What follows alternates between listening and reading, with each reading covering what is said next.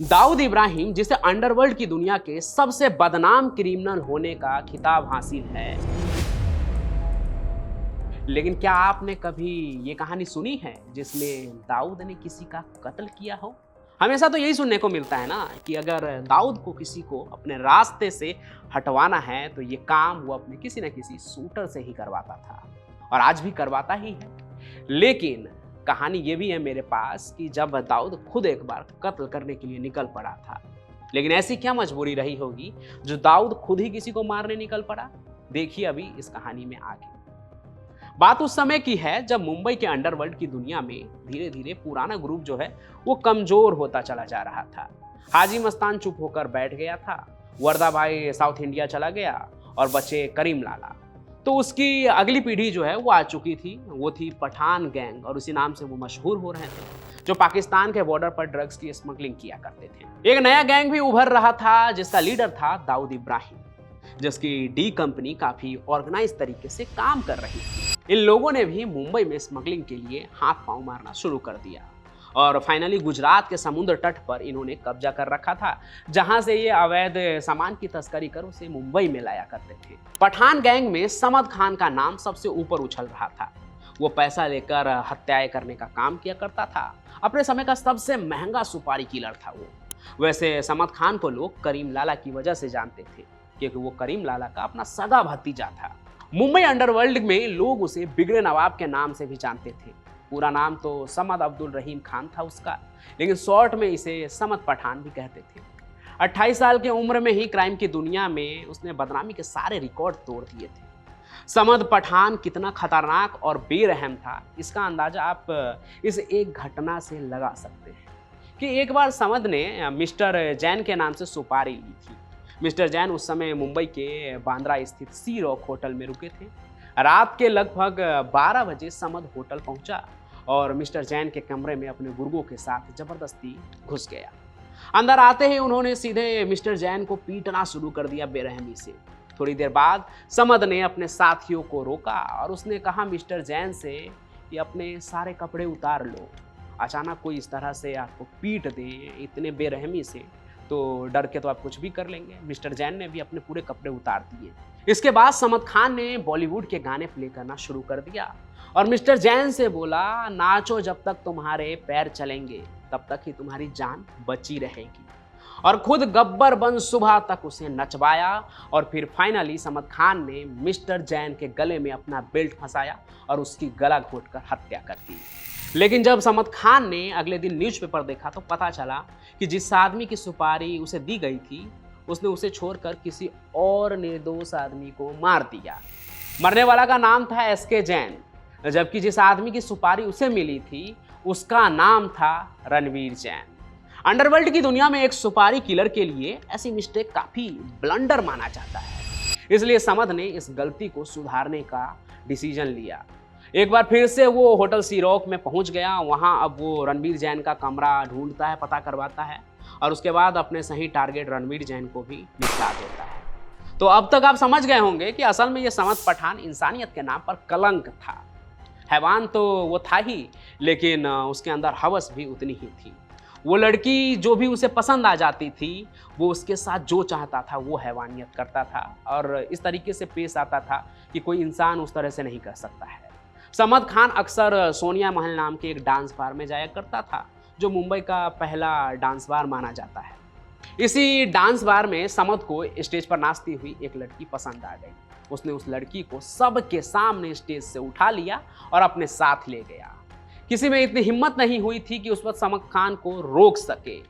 उस लड़की को वो वर्सोवा के एक फ्लैट में ले जाता है, उस फ्लैट में जो उसके गर्लफ्रेंड की फ्लैट थी। उसने वहाँ उस लड़की के साथ कई बार जबरदस्ती की। दूसरी तरफ जब वो लड़की घर नहीं पहुंची तो लड़की के पिता ने पता लगवाया कि आखिर उसकी बेटी कहाँ है। तब उसे पता चला कि वो तो सोनिया महल में बार डांसर का काम करती है। आपको बता दें कि ये जो लड़की है एक रेलवे एम्प्लॉय की बेटी थी, जो एक्स्ट्रा पैसा कमाने के चक्कर में डांस बार में नाचने जाया करती थी। लड़की के पिता को जब ये बात पता चलती है तो वो तुरंत सोनिया महल जाते हैं और वहाँ जाकर स्टाफ से अपनी बेटी के बारे में पूछते हैं। तब उन्हें ये सारी चीज़ें बताई जाती है।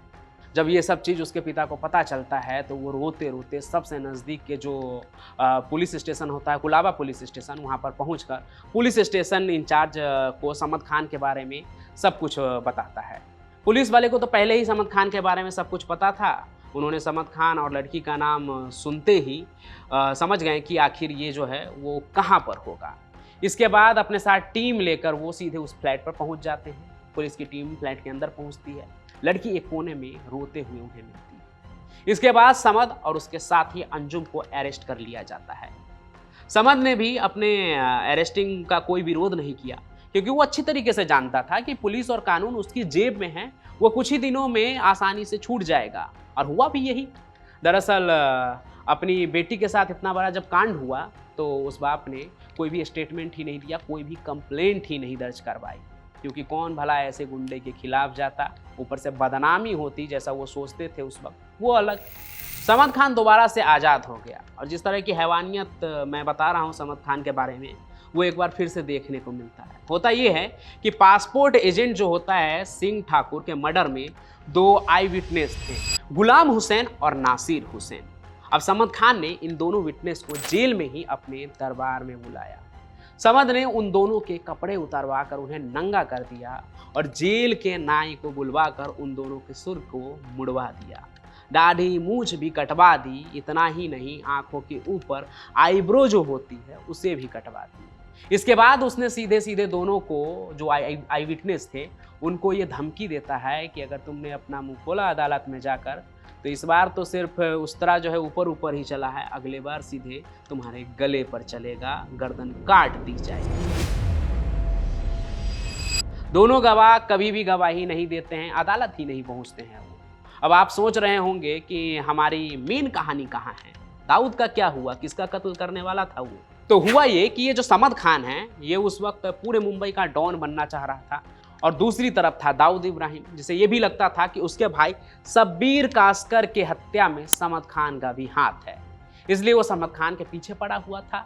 लेकिन कहीं ना कहीं वो करीम लाला का लिहाज करके दाऊद इब्राहिम सब्र कर लेता था, वो उसे छोड़ दे रहा था। लेकिन आगे चलकर जो ये करीम लाला होता है, ये समद खान के नेचर से परेशान होकर हाजी मस्तान से सलाह लेता है। फिर पेपर में एक विज्ञापन दिया जाता है जिसमें करीम लाला अब सीधे तौर पर कहता है कि समद खान से मेरा जो है कोई लेना देना नहीं है। इस तरह से अब उसके ऊपर से चाचा का प्रोटेक्शन हट चुका था। ऐसे में समद खान ने अब दाऊद इब्राहिम की तरफ दोस्ती का हाथ बढ़ाना सही समझा। वो दाऊद से मिलने के लिए गया। उसने कहा कि शब्बीर कासकर की हत्या में उसका कोई रोल नहीं है। उसने अपनी पुरानी बातों के लिए माफ़ी मांगी। दाऊद उसकी हिम्मत देखकर काफ़ी इम्प्रेस हो गया। कुल मिलाकर इन दोनों में सुलह हो गई। लेकिन समद खान अपने वादे पर कायम नहीं रहा। दूसरे ही दिन उसने एक बार फिर से दाऊद का जो दूसरा भाई होता है नूरा, उससे झगड़ा कर लेता है और उसने नूरा को मार मार के एक तरह से समझिए कि अधमरा कर दिया।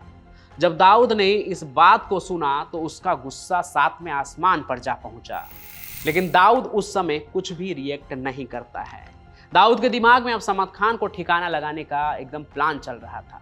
फाइनली 4 अक्टूबर साल 1984 की यह बात है, जब समद खान अपने सिक्का नगर वाले फ्लैट में अपनी गर्लफ्रेंड के साथ मौज मस्ती कर रहा था।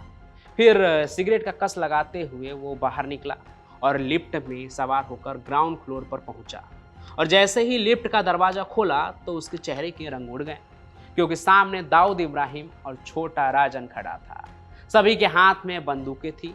उन लोगों ने समद खान को देखा और उसके ऊपर गोलियां चलाना शुरू कर दी और समद खान की कहानी खत्म।